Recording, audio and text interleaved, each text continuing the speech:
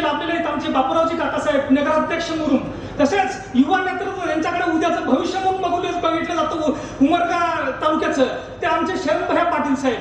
तसंच व्यासपीठावर सर्वांचं मी नाव देऊ शकतो पण वेळेअभावी माफी असावी. सन्माननीय व्यासपीठ तसंच व्यासपीठाच्या समोर उपस्थित विविध क्षेत्रातील सर्व मान्यवर तसेच पत्रकार बंधू तसेच महिला बंधू भगिनींना आपल्या सर्वांचं बिरादर परिवारातर्फे स्वागत करतो आणि साहेबांना सुद्धा या ऐतिहासिक विजयाबद्दल अभिनंदन देतो. आणि आपण सर्वजण आजच्या या कार्यक्रमामध्ये परिवाराचा सदस्य म्हणून येतो तो 3 जिल्ह्याचा मतदारसंघ येतो. आपण महाराष्ट्रामध्ये जर बघितलं तर 8 जिल्ह्यापैकी 3 जिल्हे म्हणजे एक तृतीयांश मराठवाड्याचं ते सध्या लोकप्रतिनिधित्व करत आहेत. आणि आपण जर पाहिलं तर 988 पैकी 845 मतं एवढा अभूतपूर्व मतं मिळवून साहेबांनी जनतेचा कार्यकर्त्याचा आणि लोकप्रतिनिधीचा विश्वास संपादन केलाय. मला वाटतं हा विजय फक्त एका उमेदवाराचा नाही, हा विजय आहे साहेबांच्या जनसंपर्काचा, साहेबांच्या संघटन शक्तीचा आणि विकासाची जी तळमळ सर्वांमध्ये आहे मला वाटतं त्याचा विकास आहे असं वाटतं. आता आपण जर साहेबांचा राजकीय प्रवास जर बघितला तर साहेबांनी 1995 मध्ये धाराशिव जिल्ह्याच्या जिल्हा परिषदेचे उपाध्यक्ष झाले. त्यानंतर साहेबांनी उमरगा मतदारसंघातून प्रतिनिधित्व केलं. त्यानंतर औशामध्ये ते 2 वेळा प्रतिनिधित्व केलं. अशा प्रकारे उमरगामधून जेव्हा प्रतिनिधित्व करत होते तेव्हा महाराष्ट्रात आपल्या कामाची छाप सोडलेली. कर्नाटक सीमावर्ती भागात सुद्धा साहेबांचा खूप प्रभाव आहे, त्यांना मानणारे पण खूप लोक आहेत. त्यानंतर साहेबांनी जिल्हा परिषदेचे उपाध्यक्ष झाले. उपाध्यक्ष झाल्यानंतर असं म्हणतात विकृती जिथे असते तिथे विवाद असतो आणि जिथे संस्कृती असते तिथे संवाद असतो. साहेबांनी सर्व गटबाजी बाजूला करून समन्वय साधत युती केली आणि स्थानिक स्वराज्य संस्था निवडणुकांमध्ये त्यांनी विजय खेचून आणला. हे सर्व विजय जे आहे साहेबांचं संघटन कौशल्याचं विजय असं मला वाटतं. साहेबांचं काम एवढ्यावरच थांबलं नाही. साहेब विद्यालय महाविद्यालय याच्या माध्यमातून साहेब शैक्षणिक क्षेत्रात आपलं कार्य करतात. तसेच साखर कारखाना असतील सहकारी बँका असतील याच्या माध्यमातून ते सहकार क्षेत्रात सुद्धा खूप मोठं योगदान देत आहेत. तसेच सामाजिक कार्यात आहेत. राजकीय क्षेत्रात तर साधारण मला वाटतं आज 3 ते 4 हे झालं दशक झालं ते आपली सेवा देत आहेत. त्यामुळे साहेबांचं काम मी जेवढं बोलेल कमीच आहे असं मला वाटतं. साहेबांच्या स्वभावाबद्दल जर बोलायचं झालं तर साहेबांचा स्वभाव म्हणजे अत्यंत शांत मनमिळावू, अत्यंत नम्रपणा, अत्यंत सुसंस्कारपणा. जसं शिवाजी महाराज आपल्या मावळ्यांना छोटा असो मोठा असो कोणत्याही जातीचा असो सर्वांना प्रेमाने आणि आपुलकीने बोलत आणि सर्वांच्या नावामागे जी लावून त्यांच्या नावाचा उद्धार करत. मला वाटतं साहेब सुद्धा कधीही बघितला जात कधीच त्यांनी जात बघत नाहीत, धर्म बघत नाहीत, लहान बघत नाहीत, मोठा बघत नाहीत, सर्वांना आदराने प्रेमाने बोलतात. असे आमचे साहेब मला वाटतं मनाने खूप मोठे आहेत. त्यांचं मन खूप मोठं आहे. तुम्हाला एक उदाहरण सांगतो मनाने किती मोठं लागतं. त्या अभिमन्यू पवारांचं सर गुणगान सर्व जनतेमध्ये जाहीर सभेमध्ये म्हणतात की अभिमन्यू पवार माझ्यापेक्षा चांगलं काम करत आहेत, माझ्यापेक्षा जास्त निधी आणत आहेत. याच्यासारखं मोठं पण मला वाटतं लागत नाही साहेब. नाहीतर आपण बघतो एक जण कोणाला पाडलं तर त्याचं मग वाटच लावायची वाट बघत असतो. पण एवढं मोठं मन साहेब मला वाटतं आपल्यासारखं कोणाचंच नाही साहेब असं मला वाटतं. आणि आज आपण सर्वजण बसलेले आहात. राजकीय परिस्थितीत आपल्या सर्वांना माहिती आहे.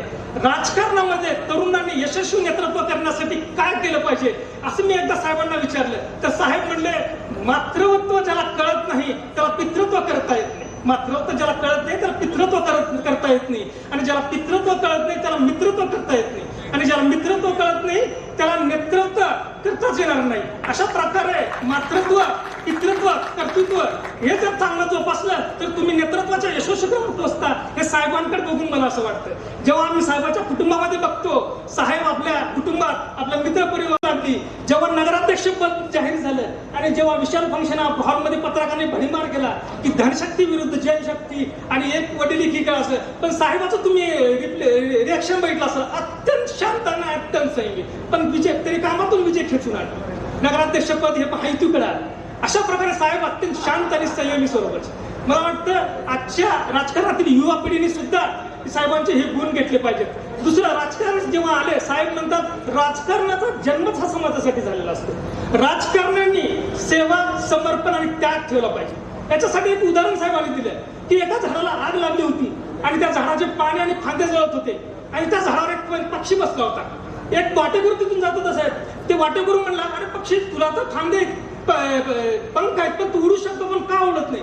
तो पक्षी का म्हणला असं त्याचं उत्तर ऐकून खरंच हे मानलं पाहिजे. तो पक्षी म्हणला, ज्या वृक्षाचे मी फळं खाल्ले, फुलं खाल्ले आणि ज्याची सावली घेतली, आज जर त्याला आग लागली असेल तर मी त्याला सोडून जाणं हा माझा धर्म नाही. जल जाना मर जाना उसके साथ यही धर्म आहे. अशा विचारांच्या साहेबांचं आज बिरादर परिवाराच्या हस्ते सत्कार होत आहे. मला वाटतं हे आमच्यासाठी खूप मोठं आहे आणि असाच आम्ही सर्व बिरादर परिवार आपल्या सर्वांच्या गुणात राहण्यामध्ये आनंद मानत राहील. आणि आजच्या कार्यक्रमाचे अध्यक्ष, कर्तृत्व सिद्ध करण्यासाठी संघर्षमय इतिहास लागतो. कर्तृत्व सिद्ध करण्यासाठी संघर्षमय इतिहास लागतो आणि मोठं माणूस होण्यासाठी मोठं मन लागतं. अशा आजच्या कार्यक्रमाचे अध्यक्ष, कर्तव्यगार प्लस मोठं मनाचे आमचे संजय भाऊ बनसोडे साहेब, ज्यांनी उदगीरला चेहरा मोहरा बदलून टाकला. उदगीरचा विकास काय असतो हे त्यांनी डोळ्यात टिपण्यासारखं करून दाखवलं. जे जे नवं ते उदगीर लावं हे त्यांचं ब्रीद वाक्य. साहेबांनी उदगीरच्या इतिहासामध्ये अशी कामं करून दाखवली जे आजपर्यंत कधी उद्याच्या इतिहासामध्ये झाले. जसं राष्ट्रपती महामोहीमचा दौरा, मला वाटतं आजपर्यंत उदगीरमध्ये राष्ट्रपती महामोहीम कधी आले नसतील. तसेच खाशाला कुस्ती स्पर्धा असतील, युवा महोत्सव असतील, अशा इतक्या घटना तरी केल्या तर त्याचं नाव घेतलं तर कमी पडेल. असे खरंच बनसोडे साहेबांचं मी नेहमी, लोक आपला आदर्श खेळाडूमध्ये मानतात, आपला आदर्श हिरो मध्ये मानतात बॉलिवूड हॉलिवूडमध्ये, पण मी माझा आदर्श नेहमी संजय भाऊ मध्ये बघतो. त्यामुळे मला वाटतं आपण तर भाग्यवान आहोतच आहोत, पण मला वाटतं संजय भाऊ सुद्धा खूप भाग्यवान आहे.